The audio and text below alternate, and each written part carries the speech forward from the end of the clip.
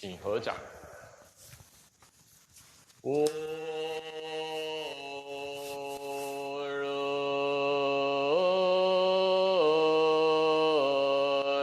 婆罗蜜多心经，观自在菩萨心生般若波罗蜜多时，照见五蕴皆空，度一切苦厄舍离。 This is the Heart Sutra in Chinese. 不异空，空不异色，色即是空，即是色，受想行识亦复如，舍利子，是诸法空，不生不灭，不垢不净，不增不减，是故空中无受想行识，无眼耳鼻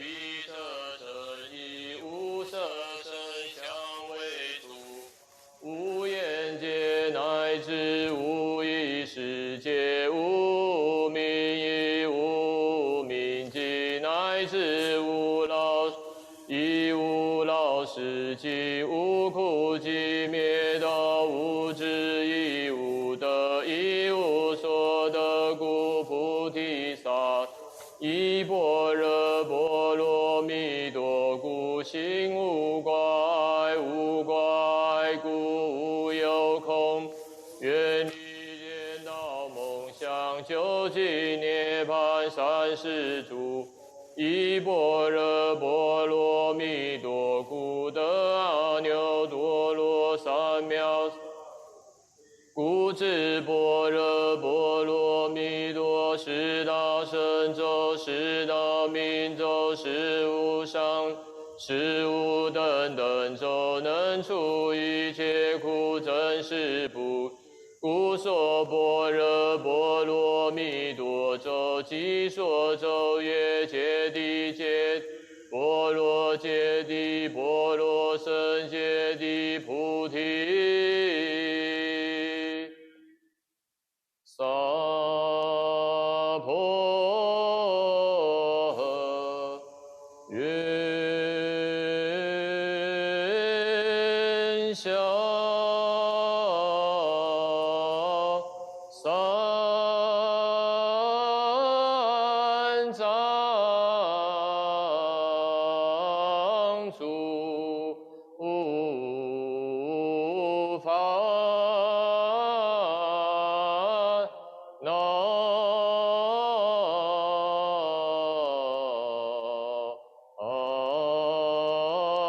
愿得智慧真明了，无愿在藏息消除。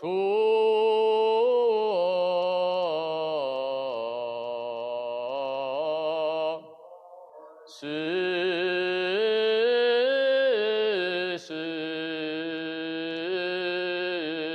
常行菩萨道。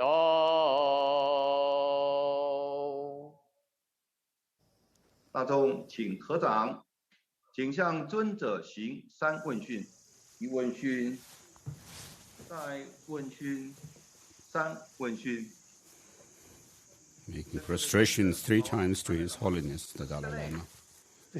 能在线上亲自见到您，无限的思念您，感恩您今天以台湾华人为主的华人亲法团，讲授为期2日的缘起站，仅代表华人青法团在您 So I bow to Your Holiness 3 times. My greetings to Your Holiness. I'm honored 华人 to 青法 see 团的前身是由 you online, 团体日常法 the 师 main recipient of this 2-day teaching 每年 in, 带领的 on 真俗示众前往达仁萨拉， Master Tsongkhapa's in praise of dependent origination are the Taiwanese and Chinese devotees. So I wish to pay my deepest respect to Your Holiness on behalf of everyone around the world who are participating in this teaching. 及各佛学院 Since 1995, the Bliss and Wisdom organization founded by the late Venerable Bhikshu Tenzin Chamjin used to bring 虔诚的中国 many of our faithful disciples, lay persons as well as monastics, to Dharamsala to receive annual teachings and take monastic ordinations from Your Holiness. It's been 27 years since then. In 2008, some of the Tibetan Buddhist centers belonging to the 4 Tibetan Buddhist sects, together with some monasteries of Tibetan and Chinese traditions in Taiwan, set up the International Association of Tibetan Buddhist Traditions and expanded our program of receiving Dharma teachings, so that Buddhist devotees from Taiwan, China, and other countries around the world have had the good fortune to receive teachings from Your Holiness continuously for the past 13 years. Your Holiness, you have kindly given your disciples in Taiwan, China, teachings, exhortations, guidance with so much love and affection. We thank you from the depths of our heart. We take your advice and instructions to our heart and strive to study Buddhism. Over the past many years, our spiritual teachers in various Buddhist institutions in Taiwan have worked hard to teach the Kanjur and Tenjur to make us true followers of the glorious Nalanda tradition. The students of these institutions also pursue their studies with great effort. We'll continue to persevere in our study of great treatises as well as pursue meditation and practices. And finally, fervently pray for your son's visit to Taiwan at the earliest possible. Thank you. So my Dharma friends from Taiwan, some of whom are very old, and so I'm very glad to see you online today. So from the point of view of Dharma, this connection between us, which is student, disciple, and the relationship between the disciple and the guru, will continue through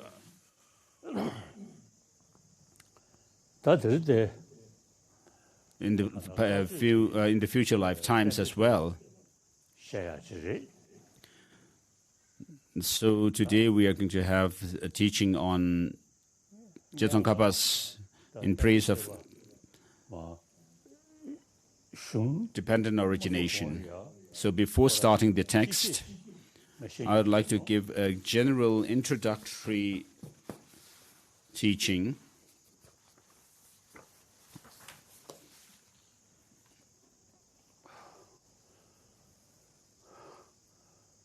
So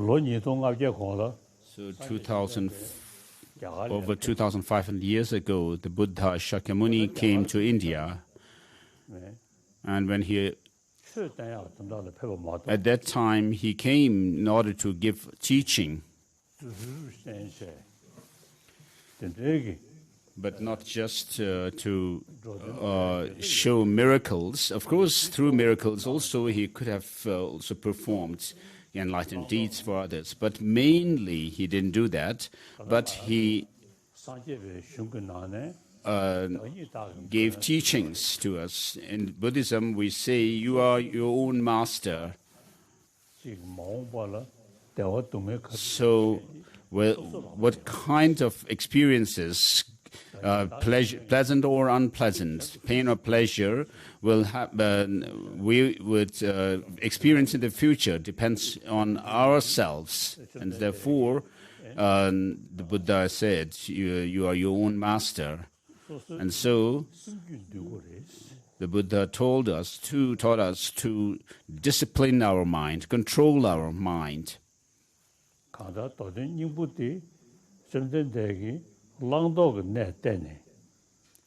So in short, the Buddha showed us what are to be adopted and what are to be rejected as part of our actions.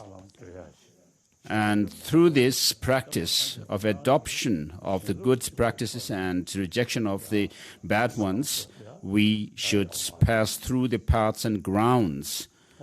And so, without going through such a process, the Buddha said that there is no other way for the Buddha to help sentient beings attain liberation. And therefore, the Buddha first taught the Four Noble Truths, with regard to which he taught the nature of the Four Noble Truths first, and then the functionality, nature, functionality, and the result of practicing the Four Noble Truths. So the why he did teach this is because we do not want suffering, but we want happiness. So these come through causes and conditions and not by chance.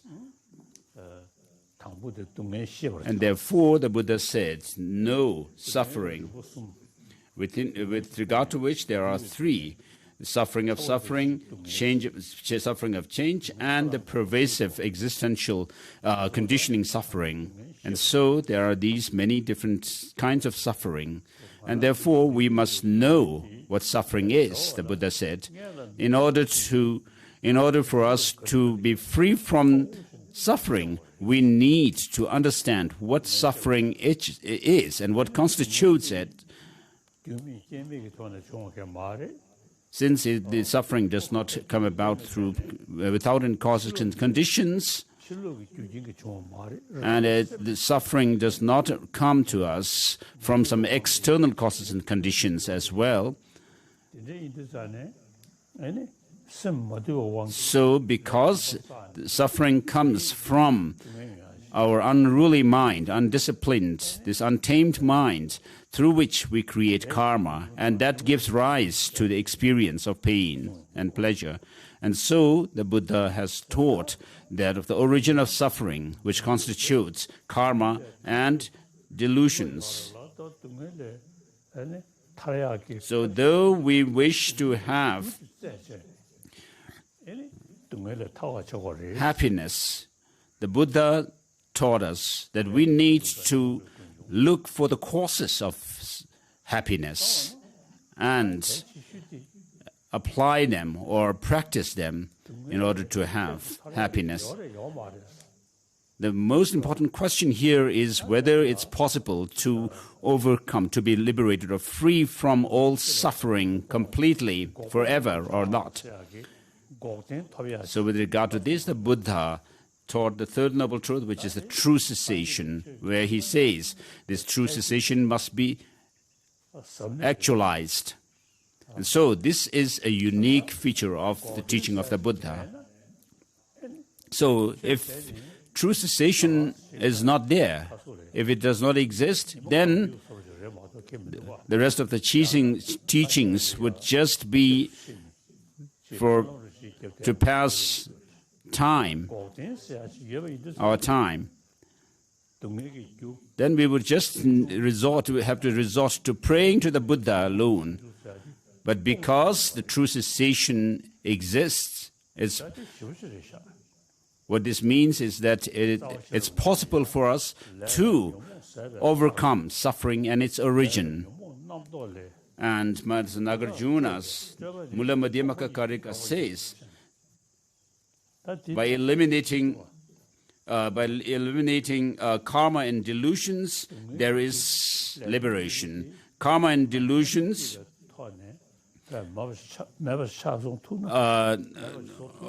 arise, delusions or mental afflictions arise from conceptual construct, and that in turn arises from this fabrication, and fabrication is ended by that of the wisdom or emptiness. And so because of our mental afflictions, which is the main origin of suffering, and because of this we have conceptual constructs, And that in turn gives rise to our mental afflictions. So such a mental construct is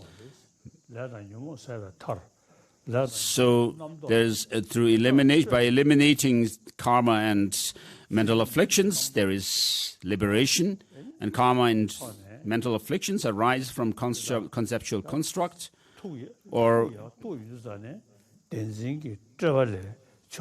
which in turn is rooted in the fabrication, which refers to this fundamental ignorance about the nature of things, reality of things.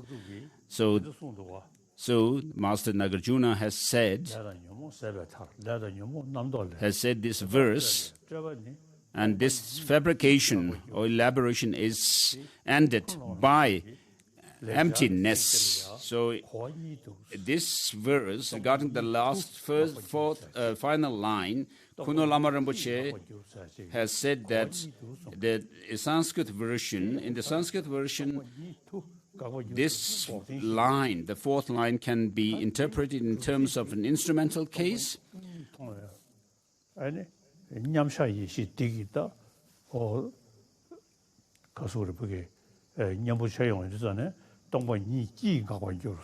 or with regard to that, in terms of that, this wisdom realizing emptiness can end the fabrication, is the meaning.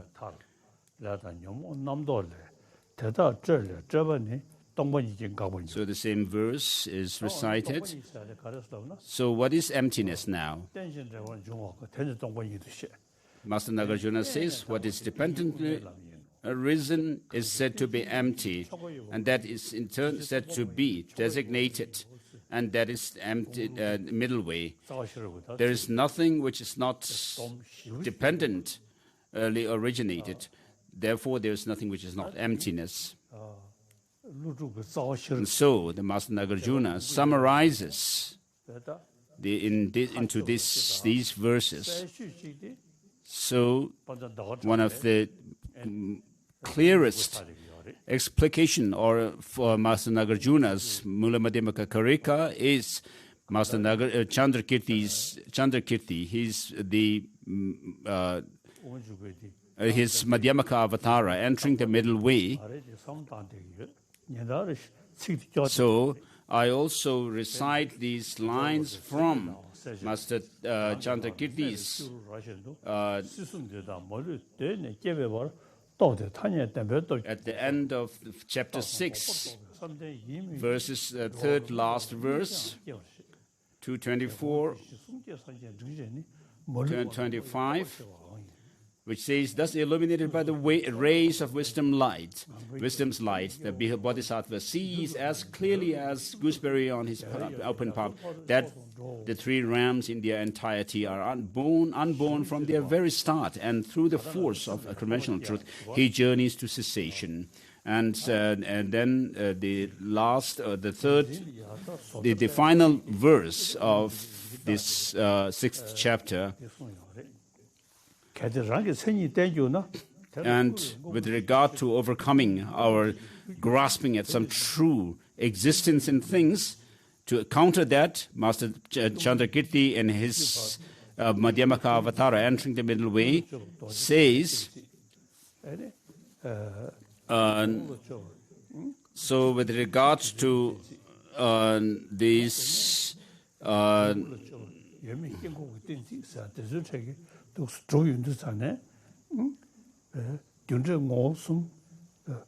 with regards to the reasonings that are used to prove emptiness, we have the reasonings which are like the lack of one and many, which examines the nature of things, and then the diamond splinter reasoning, which examines the causes, the things from the point of view of causes,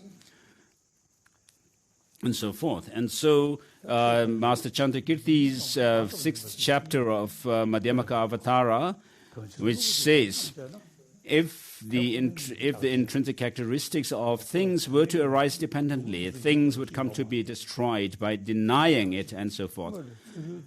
And it says thus, when such phenomena are analyzed, verse 35, chapter 6, analyzed, nothing is found as their nature apart from suchness. So the conventional truth of the everyday world should not be subjected to thorough analysis. And so what this means is that we should not subject the conventional things to the ultimate reasoning, ultimate analysis. The conventional things exist merely by way of designation, and that should not be put to the test of reasoning as such. And Master Tsongkhapa also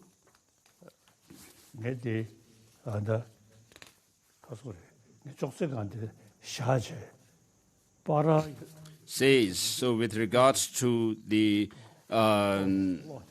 Master Chandrakirti's explanation of the Mulamadhyamaka Karika, Master Nagarjuna's text, Tsongkhapa says,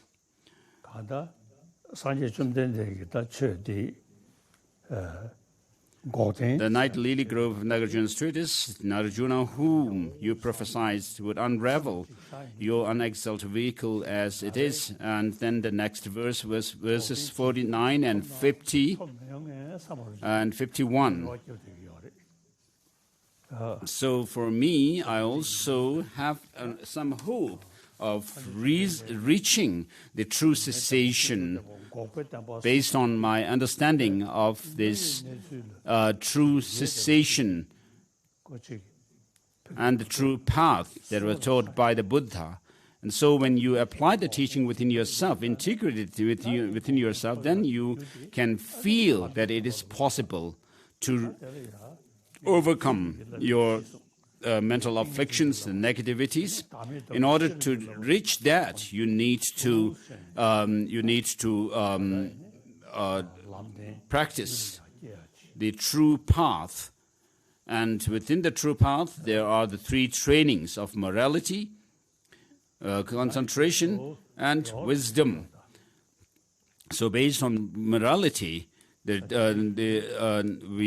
develop concentration, single-pointed concentration, and through that, the wisdom, realizing emptiness.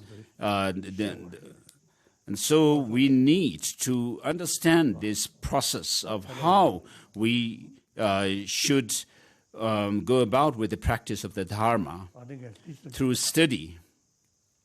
And I also wish to say that I quoted Master Nagarjuna's verses, and then in the 400 verses of Aryadeva, he says, just like the bodily faculty permeates all other faculties, likewise ignorance permeates all other mental afflictions, and therefore, by with every effort, we need to understand the dependent arising nature of things. So with regard to dependent origination here, what this refers to is the mere nominality, mere designated nature of things.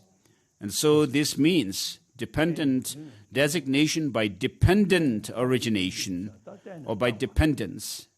Designation by dependence, that things do not exist the way they appear to us.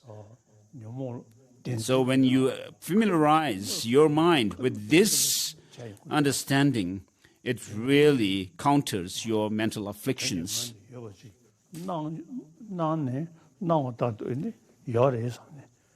So the ignorance, what it's grasped at, is that things exist the way they appear to us.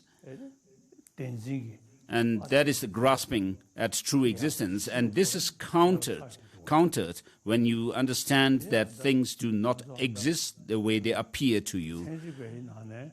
And even the quantum physicists, amongst the scientists, their explanation also, the concept also has some connection with this understanding. So they also say that external things, of course they do not talk about mind or consciousness as such, but even with regard to the external things, their explanation is similar to what we say. And so Buddhism, its profundity, the ultimate profundity comes through this understanding of dependent origination, and particularly designation by dependence. And Tsongkhapa himself analyzed about emptiness for many years and went through the purification of negativities and accumulation of merit. And through these practices, he gained certitude in the teaching of dependent origination and so forth. And in Ulka, he did his practice of purification and accumulation of merit. And then he had a vision or dream in which he saw Master Nagarjuna and his 5 disciples. And one of them was had a dark blue complexion. And that person in the dream touched a text on Tsongkhapa's head in his dream. And that next morning, when Tsongkhapa read Buddha Palita commentary, then he was said to have realized emptiness, gained insight into the suchness of dependent origination, and therefore he composed this text, which is in praise of the Buddha for his teaching of dependent origination. That was the time when he gained a very firm conviction in the teaching, in the Buddha himself, and therefore he composed this text in Ulka. So this is also known as praise with which has much blessing. So I recite this text every day. As soon as I get up, wake up, and first I recall the Buddha, the great Shakyamuni. So his main teaching is dependent origination, which means dependence, designation by dependence.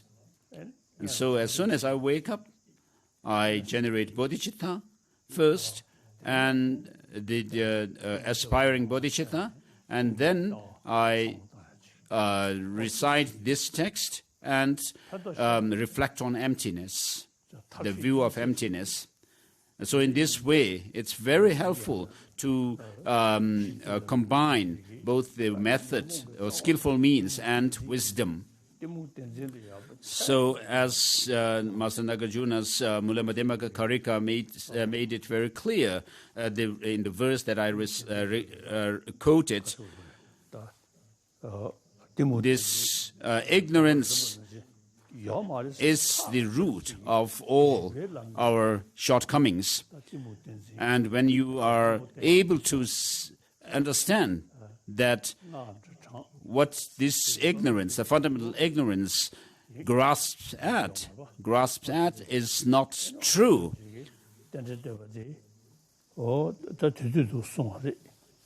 And so this praise to dependent origination was composed by Master Tsongkhapa at that time. So that is my introductory remarks.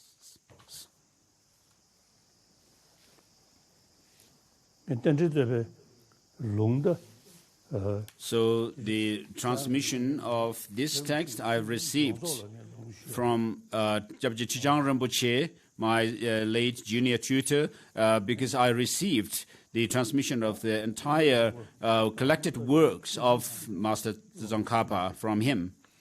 And I memorized Master Chantakirti's Entering the Middle Way in my childhood, very early on in my life.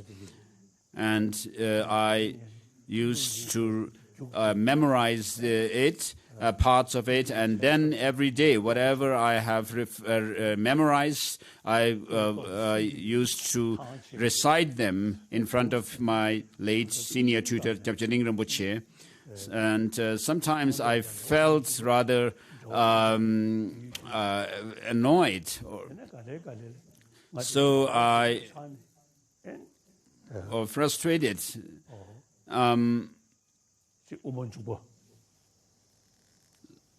So after coming into exile in India, I received transmission of the auto commentary by Master Chantakirti himself of the Entering the Middle Way from Khenpo Kunga Wangchuk of the Sakya tradition.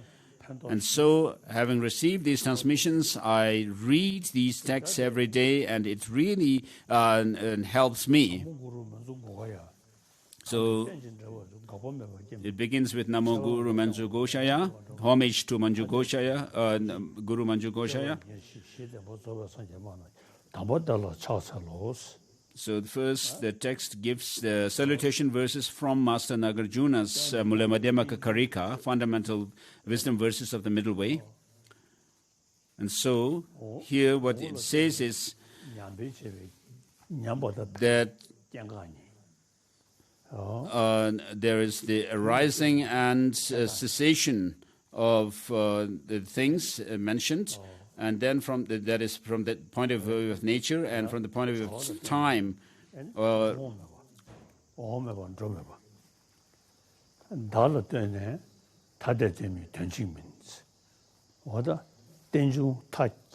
So it goes through the 8 different aspects of dependent origination, the extremes.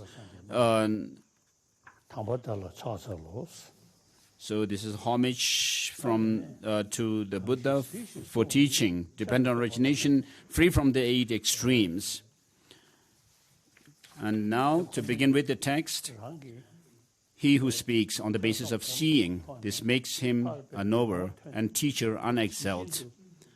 So having gone through the process of study, reflection, and meditation, and having understood everything as it is, and being able to see and understand everything like that, he was able to teach the disciples accordingly, and therefore he is the knower unexcelled and the teacher unexcelled. I bow to you, O conqueror, you who saw dependent origination and taught it. So why is the dependent origination very precious and valuable? It is because verse number 2 says, whatever degenerations there are in the world, the root of all this is ignorance. You taught that it is dependent origination, the seeing of which will undo this ignorance. So in our scriptures, there is mention of 12 different links of dependent origination, beginning with ignorance and ending with aging and death.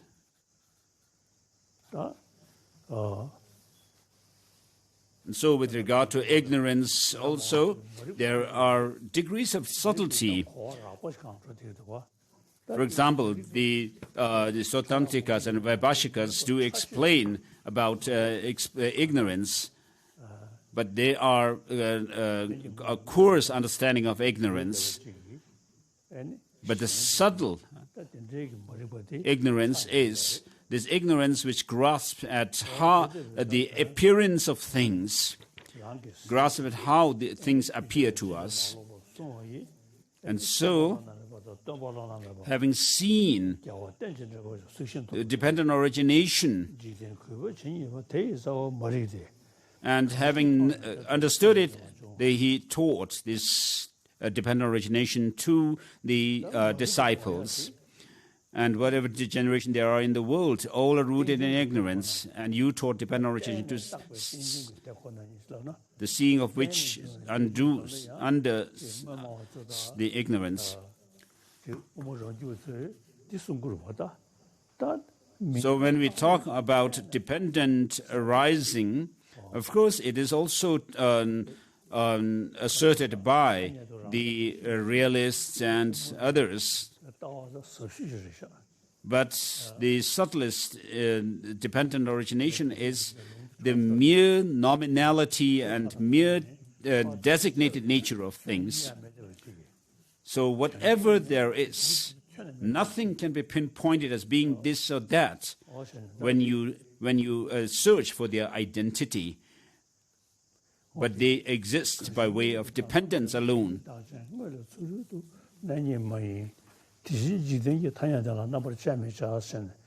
So verse number 35 of 6th chapter in Madhyamaka Avatara says, thus, when such phenomena are analyzed, nothing is found as their nature apart from suchness. So the conventional truth of the everyday world should not be subject to thorough analysis. So what this means is that things exist merely by way of designation.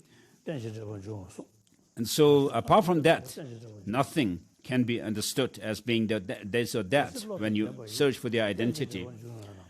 Verse number 3 of the text. So how can an intelligent person not comprehend that this path of dependent origination is the essential point of your teaching? Verse number 4. This being so, who will find, O Savior, a more wonderful way to praise you than to praise you for having taught this origination through dependence? Verse number 5. Whatsoever depends on conditions, that is devoid of intrinsic existence. What excellent instruction can there be more amazing than this proclamation? So you need to understand this from the point of view of how things are dependently designated. Verse number 6, by grasping at it, the childish strengthen bondage to extreme views for the wise. This very fact is the doorway to cut free from the net of elaborations. Since this teaching is not seen elsewhere, you alone are the teacher. The teacher, like calling fox a lion. For a Tirthika, it would be a word of flattery. So I have a new or a fresh kind of a understanding of this.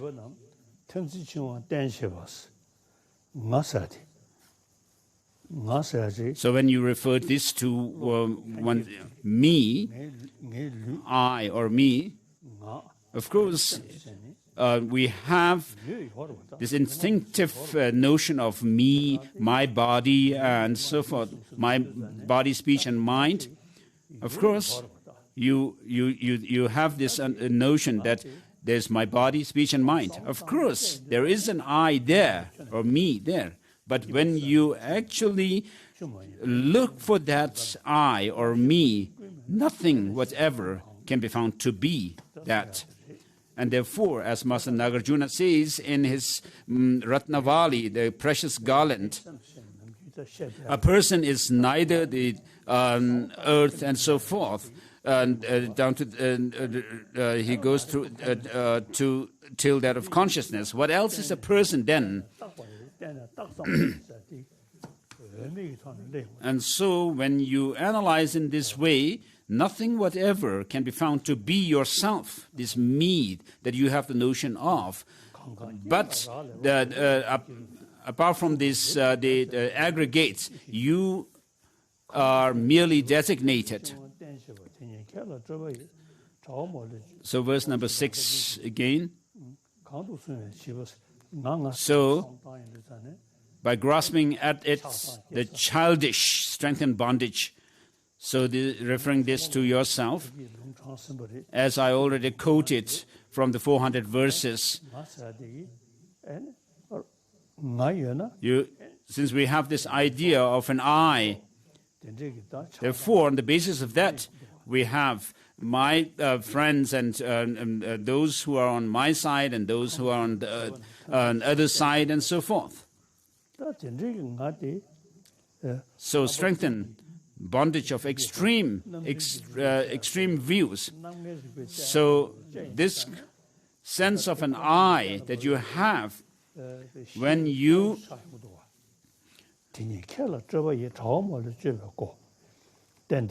use the reasonings, which have the fourfold reasoning and the fivefold reasoning and so forth, to disprove this I. For the wise, this very fact is the doorway to cut free from the net of elaboration. Since the teaching is not seen elsewhere, you alone are the teacher. Like calling fox a lion. For Tirthaka, it would be a word of flattery. So since things are dependently arisen,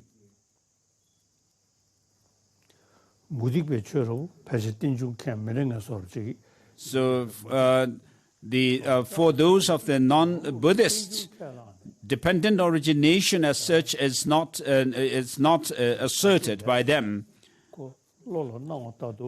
But the Buddhist fold do accept dependent origination. So we talk about the action agent and the acted upon object.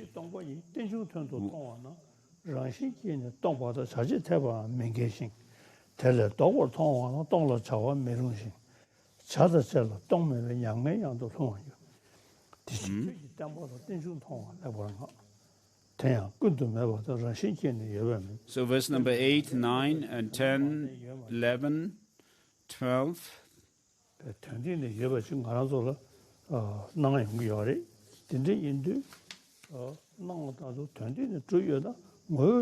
So things do exist as if they have some objective independent existence.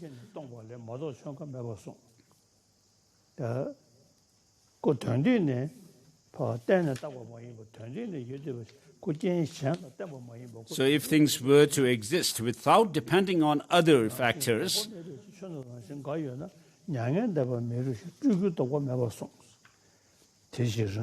so it says, because intrinsic nature cannot be negated, if phenomena possess, verse number 16, possess some intrinsic nature, nirvana would become impossible, and elaborations could not be seized, you taught.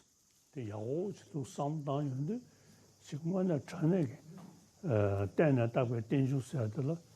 so, verse number 17, also, therefore, you, who could challenge you? So if you really give a thought, serious thought to this dependent origination, you'll be able to see that things are dependently originated and they do not exist otherwise. As I said before, as soon as I wake up, I reflect on emptiness and bodhicitta, and then I recite this text in praise of dependent origination and think about emptiness. And then I also recite some of the verses which I have quoted earlier, which come from Master Nagarjuna's text, the excellent Nagarjuna's treatises, as we usually call. And then I reflect on the four logical fallacies or absurdities that would befall one if one asserts any intrinsic characteristics in things and beings. So when you talk about emptiness, we have to have something that we can actually talk about as being empty.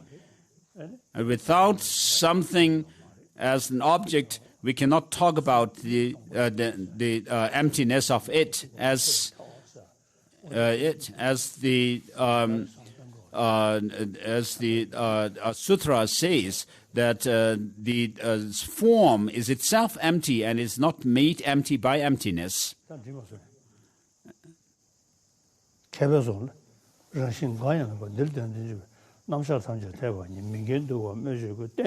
So verse number 18, that there is no intrinsic existence at all, and that all functions as this arising independent of that. What need is there to say that these two converge without conflict? And then verse number 19, it is through the reason of dependent origination. And then here, a verse from Master Chone Lama Rinpoche, who says, by dependence, reality as it is not forsaken or rejected. By arising or origination, concordance with conventions of the world too is retained. Dependent arising or origination is like the king of reasoning. It is the authoritative word of the Buddha.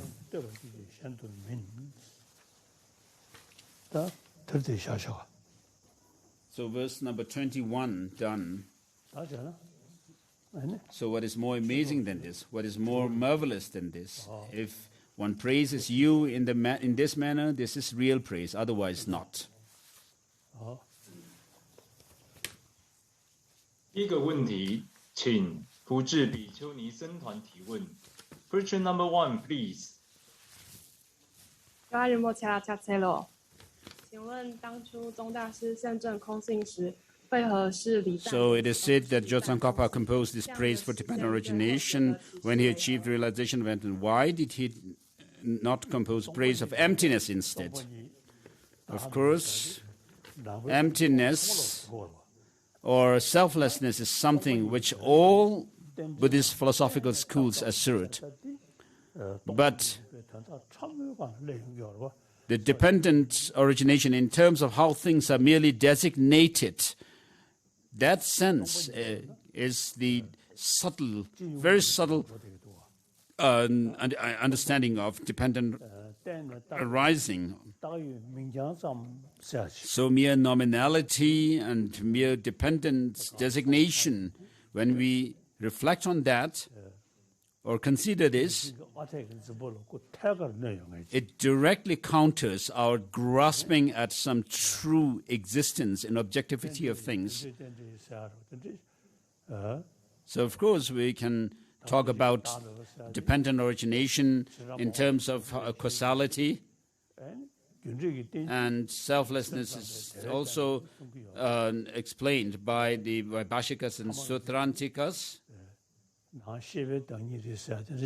And Chittamatras also say that things are merely in the nature of our mind, that nothing exists externally.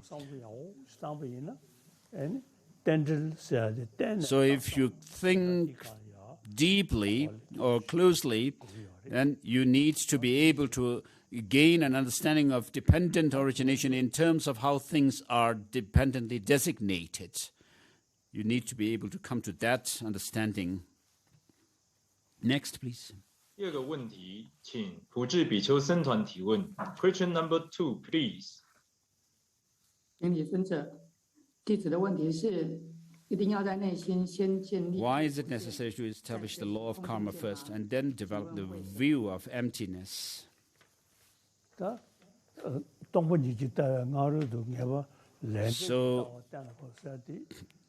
So before the understanding of emptiness, I don't know if that is the sequence is necessary. But when you think about emptiness, of course you also need to think about dependent origination, dependent arising. And when you think about karma, of course, there are the karmas which are obvious to our senses and which are slightly hidden, and then the very extremely hidden phenomena. So with regard to the third, you need to think about this, of course, with regard to the very subtle aspect of karma. You can't say you need to reflect on them before understanding emptiness. And so there are these degrees of subtlety within the karma. Of course, the understanding of emptiness can help understand the law of causality. So with regard to karma, you can think in terms of the obvious karmas, then slightly hidden, and the very extremely hidden aspects of karma. 第三题，请台北市甘丹东顶显密佛学研修协会刘金钗提问。Question number 3. 刘金菜 please. 尊贵的高瓦仁波切，扎西德勒，很高兴在线上跟您见面。以下我有 How 两 can 个 we 问 practice 题 the 要 view 请 of 示 dependent 波切啦。 origination on a daily 我们 basis? 人在生活中如何运用缘起戒？ Also, is there a way by which the concept of dependent origination being empty help in reducing global warming and climate change? 以环境的 So there are 危 two 机 parts. 然后再来就我要请仁波切法王感恩尊者您祝尊者法体安康，长久住世祈请尊者早日来台。那明天是我们台湾中华民国的国庆，那也请法王你给我们台湾的人民能够加持祝福，谢谢法王。Okay.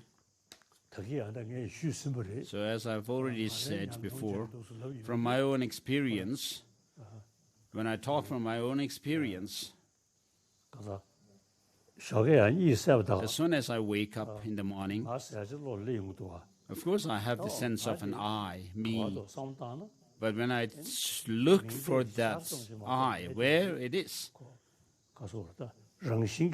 apart from understanding, seeing that it is merely designated and there's nothing else. So when you actually search for that identity of me or I, of course, it exists merely as a designated dependent, dependently designated. Apart from that, it does not exist the way they appear. It appears to my mind.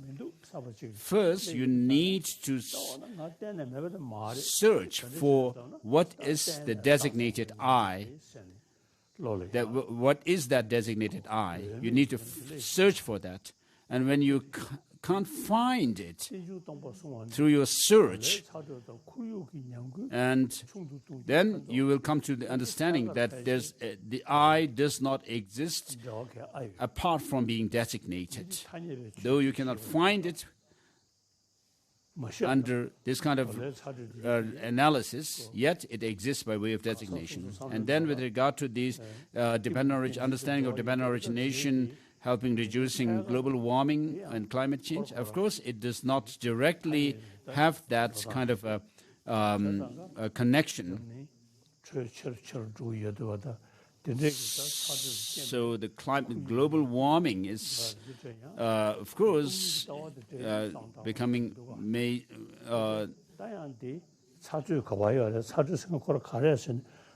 increasing. Of course, you need not think about global warming as such from the point of view of emptiness as such. But of course, when we talk about the heat, what is that heat? Where is the heat? And so forth, then of course you can talk about whether it exists intrinsically or not and so forth. So this global warming is something that even the animals may be aware of.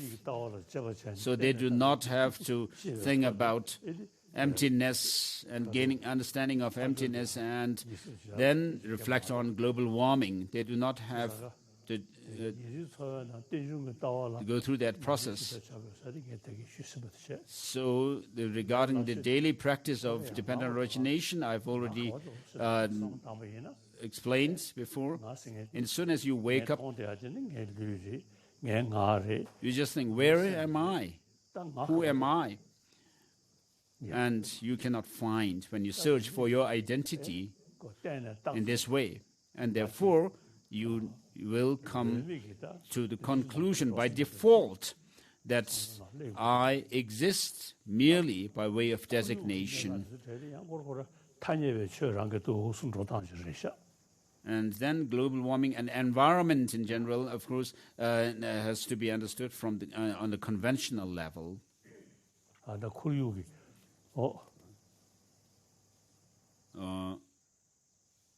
Okay. Okay. Next question, please. 第四题，请不治比丘尼僧团提问 Question number 4, please. 有啊，有没有谢了？下次喽。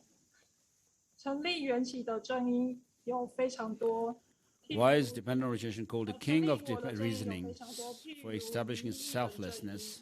为何以缘起的正因最为殊胜？此与其他正因有何差别？ Yeah.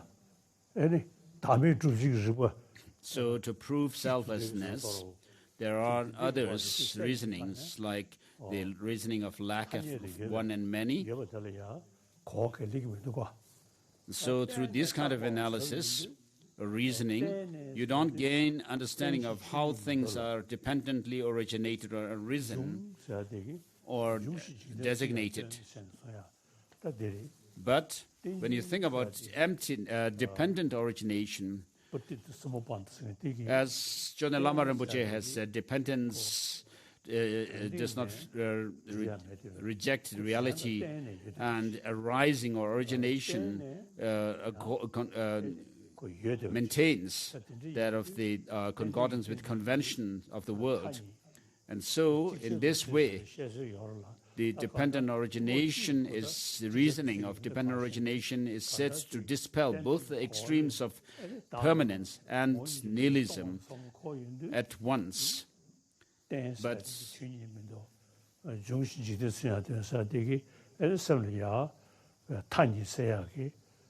so when you think about dependent origination, by dependence, the reality is not forsaken, and by arising, the concordance with convention of the world is retained. So in this way, you can understand that two extremes are dispelled through. So the understanding of this kind of understanding cannot be attained through the other reasonings, like the lack of one and many and so forth. And therefore, it is called the king of reasoning. Question number 5, Du Shinen, please. 你尊者，我的问题是，缘起自然的教导。 What is the pivotal point in praise of dependent origination that we can comfortably put into practice in our daily life? 又可以在容易的在平时的生活当中拿来观察以及应用的。以上，请益尊者。但是这个确能告诉人。 So this text in praise of dependent origination teaches us then how things exist. So our daily meals and so forth may not relate to the ultimate analysis or through reasoning. When we have food, we see them, we smell them with our senses and so forth, the colors, smell, and so forth. So these sensory perceptions directly see their particular objects, specific objects. But when we think about how things exist and so forth, we have to use our mental consciousness. So when you have the view of emptiness, it helps to reduce your grasping at some kind of a solidity in things and beings.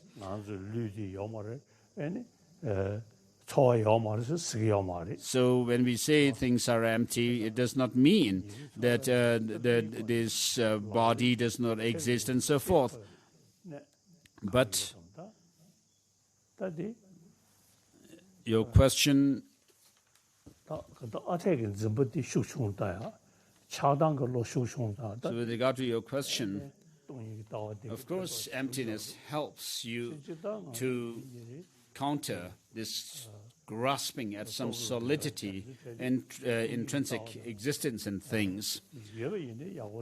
So, of course, if you have this understanding of emptiness, it may help you to see your daily experiences of taking meals and so forth differently. But without this, it doesn't mean you cannot live your life. Next question, please.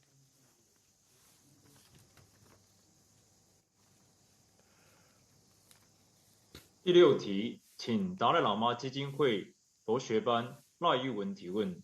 Question number 6， 赖玉文 ，please。尊者好，我的问题是观修本尊瑜伽可以。 So it is claimed that the practice of amassing to accumulations of merit and wisdom simultaneously is a unique feature of Tantra through daily yoga practice. However, if our practice of making offerings to the three jewels is associated with viewing everything as being devoid of the three intrinsic existence, does that not qualify for practicing the two accumulations simultaneously? So through deity yoga practice, of course, accumulating both merit and wisdom has to be understood in terms of how we go about with the deity yoga practice. In the beginning, before arising into a deity, we meditate on emptiness. And so from within that emptiness, we transform ourselves into the deity. So the deity, the action of meditation on deity or visualizing, and so you need to gain a very strong conviction and emptiness of all these three spheres of the meditated deity and the action of meditation. And so in this way, your mind is absorbed in emptiness. And so the emptiness becomes the apprehended object. And therefore, through this apprehension of emptiness, the mind transforms into yourself as a deity. You arise in the form of a deity. So if you have some understanding of emptiness, you can, of course, think of, when you think of the Buddha, Dharma and Sangha, you will be able to, you can also think of the Buddha, Dharma and Sangha as being devoid of any intrinsic existence. So, of course, without an understanding of emptiness, you will be still able to think of Buddha, Dharma and Sangha and have faith and devotion to them. So in other words, combining both the skillful means or method and wisdom should come through your years of study and daily reflection and consideration of them. So this cannot happen. The deity yoga practice cannot happen just like that.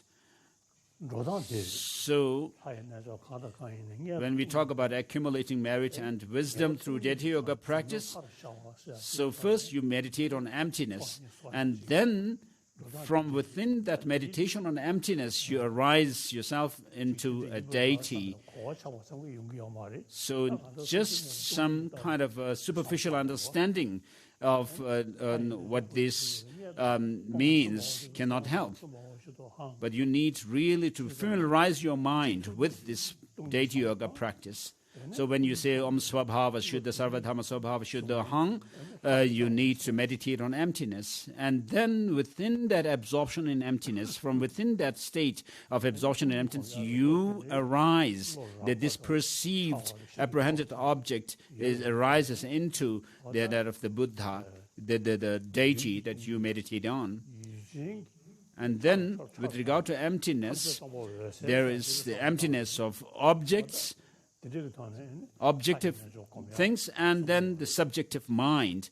And your deity yoga practice mainly happens through the meditation on the emptiness of the subjective mind. And so, you need to spend years and years to pursue the study and also reflection and meditation, so that day by day you will be able to meditate on emptiness that is taught in the second turning of the wheel of Dharma, and this emptiness of the objects, and then The third turning of the wheel of Dharma teaches that of the Tathagata Garbha, which is to say that emptiness of the mind, or the clear light mind. And so combining these two, the objective emptiness, object emptiness. So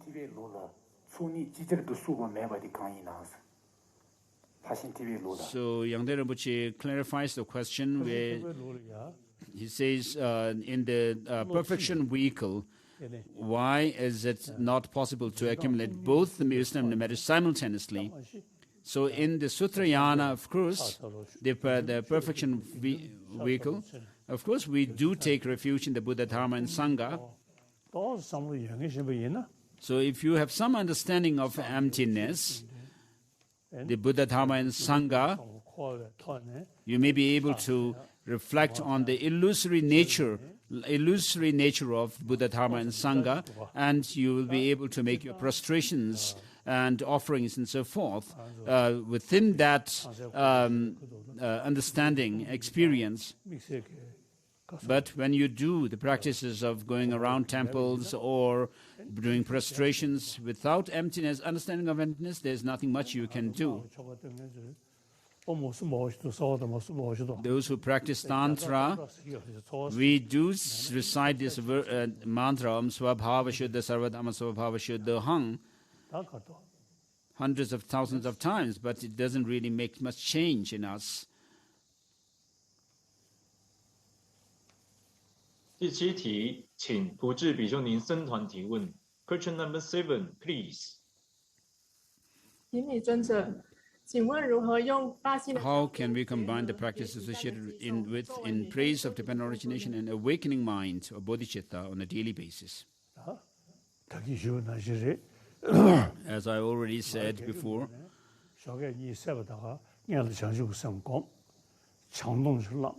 personally, as soon as I wake up, I meditate on emptiness, and then I generate bodhicitta and take bodhisattva vows, and then meditate on emptiness. So I usually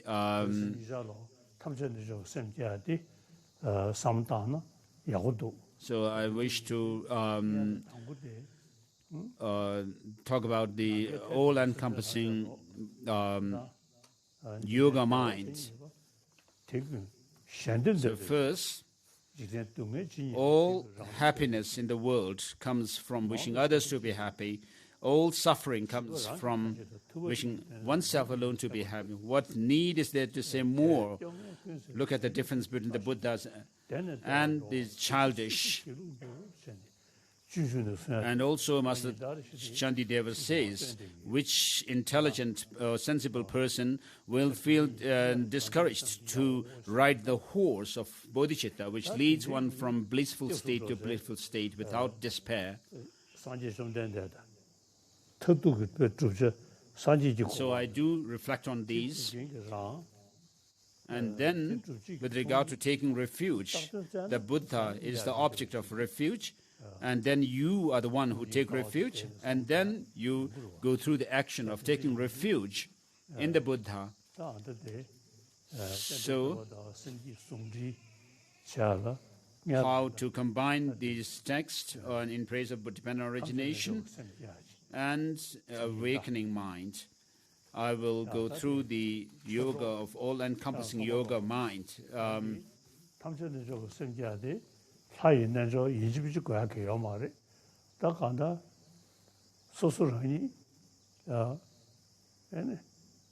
So let's do this.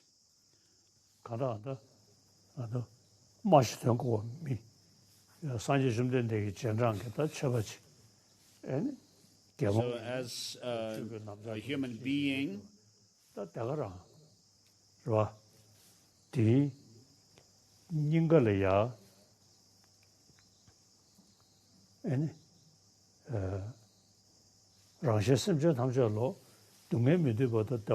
so you may be a layperson or a monastic, so just have this determination to become enlightened, to reach Buddhahood for the benefit of all sentient beings. across the expanse of space. So have this intention, the aspiration, a strong aspiration. So in order to, of course, reach Buddhahood, where you have the two bodies, the Dharmakaya and the Rupakaya, which comes from the two accumulations of merit and wisdom. So at this stage, just think that things are merely designated and nothing, apart from that, nothing else is there. And this aspiration that you have made to become a Buddha, for the benefit of all sentient beings, imagine that transforming into a moon disk at your heart, and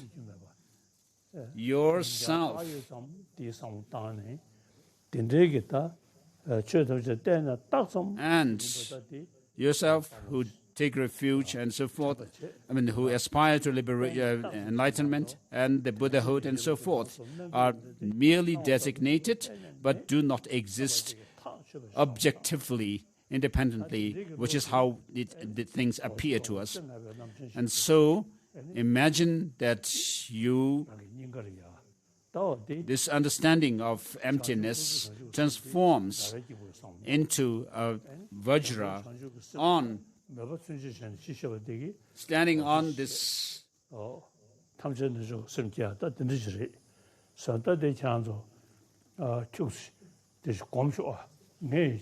So with these two principles, meditate on the all-encompassing yoga mind.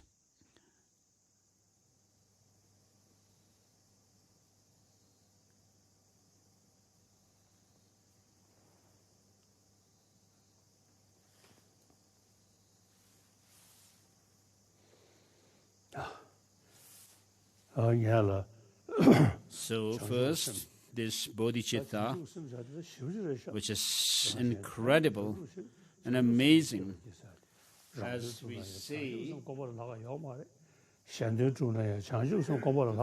the interests of oneself and others. There's nothing more or greater than bodhicitta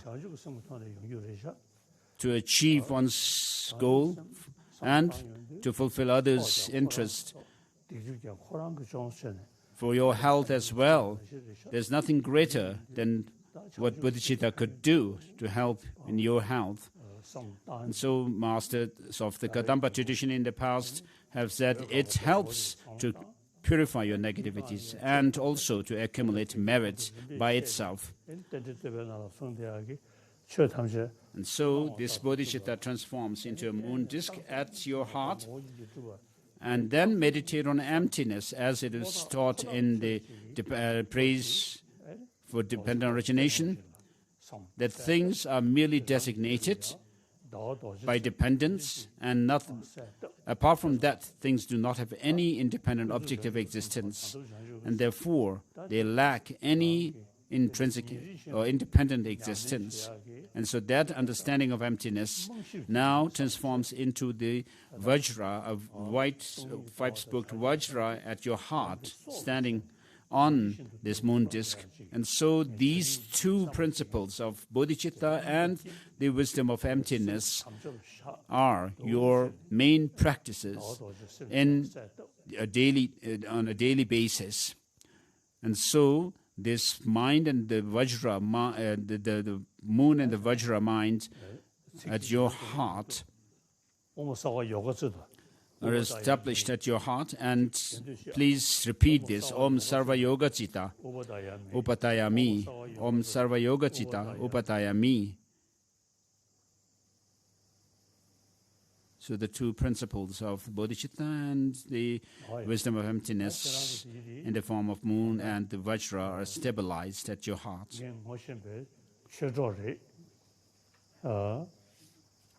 And so you are my Dharma friends. And many of you are my disciples as well, and you have a guru-disciple relationship with me. And so, my Dharma friends and my disciples, please, if you can reflect on this all-encompassing yoga mind day by day, on a daily basis, then you are actually becoming a true disciple of me, the Dalai Lama. So otherwise, if you just repeat Dalai Lama, and do not pay heed to what I teach you, it makes no sense.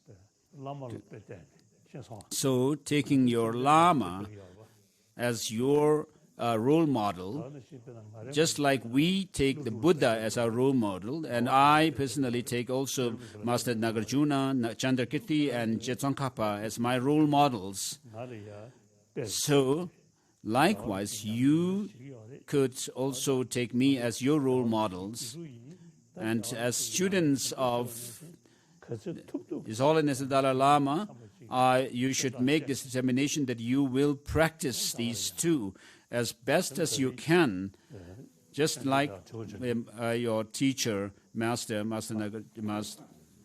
His Holiness says, does the practice of these two. We are still left with one more question. The last question, Liu Junzhe, please. 尊贵的尊者好，弟子的问题是。 As it is difficult to know the Lama's thoughts, what is the proper way to please the Lama? 感觉上总是揣摩不到师长的心意，恭请法王开示。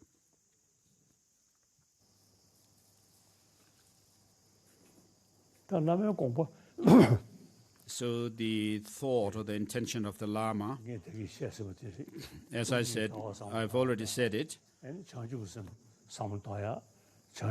is to reflect on the view of emptiness and also bodhicitta through the process of equaling and exchanging self and others, which I do daily. So just as I do these practices, you should also do your best to practice these two, the view of emptiness and bodhicitta and the view of emptiness. So these are the main practices. So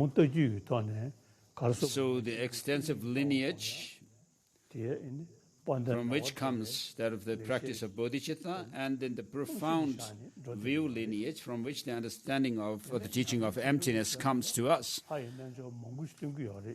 And then with regard to the blessing lineage of practice, I do, with regard to that, I do lots of deity yoga practices.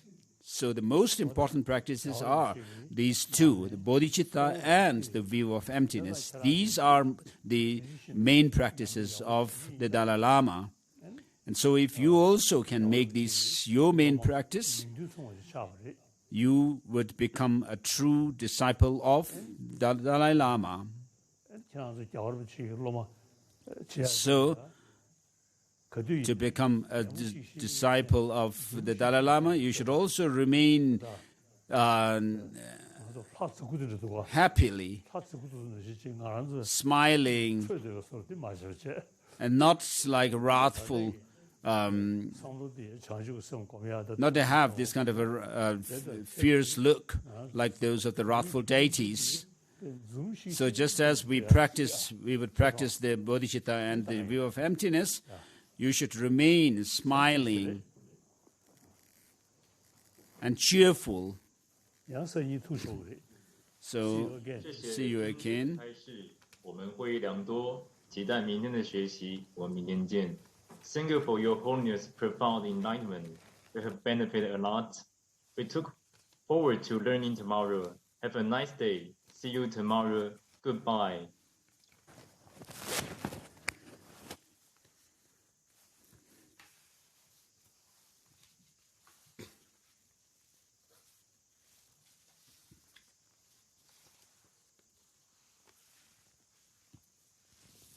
Some of you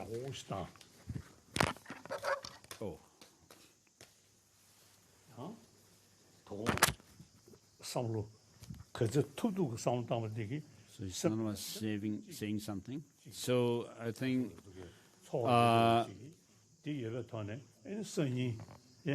so when you go to bed today,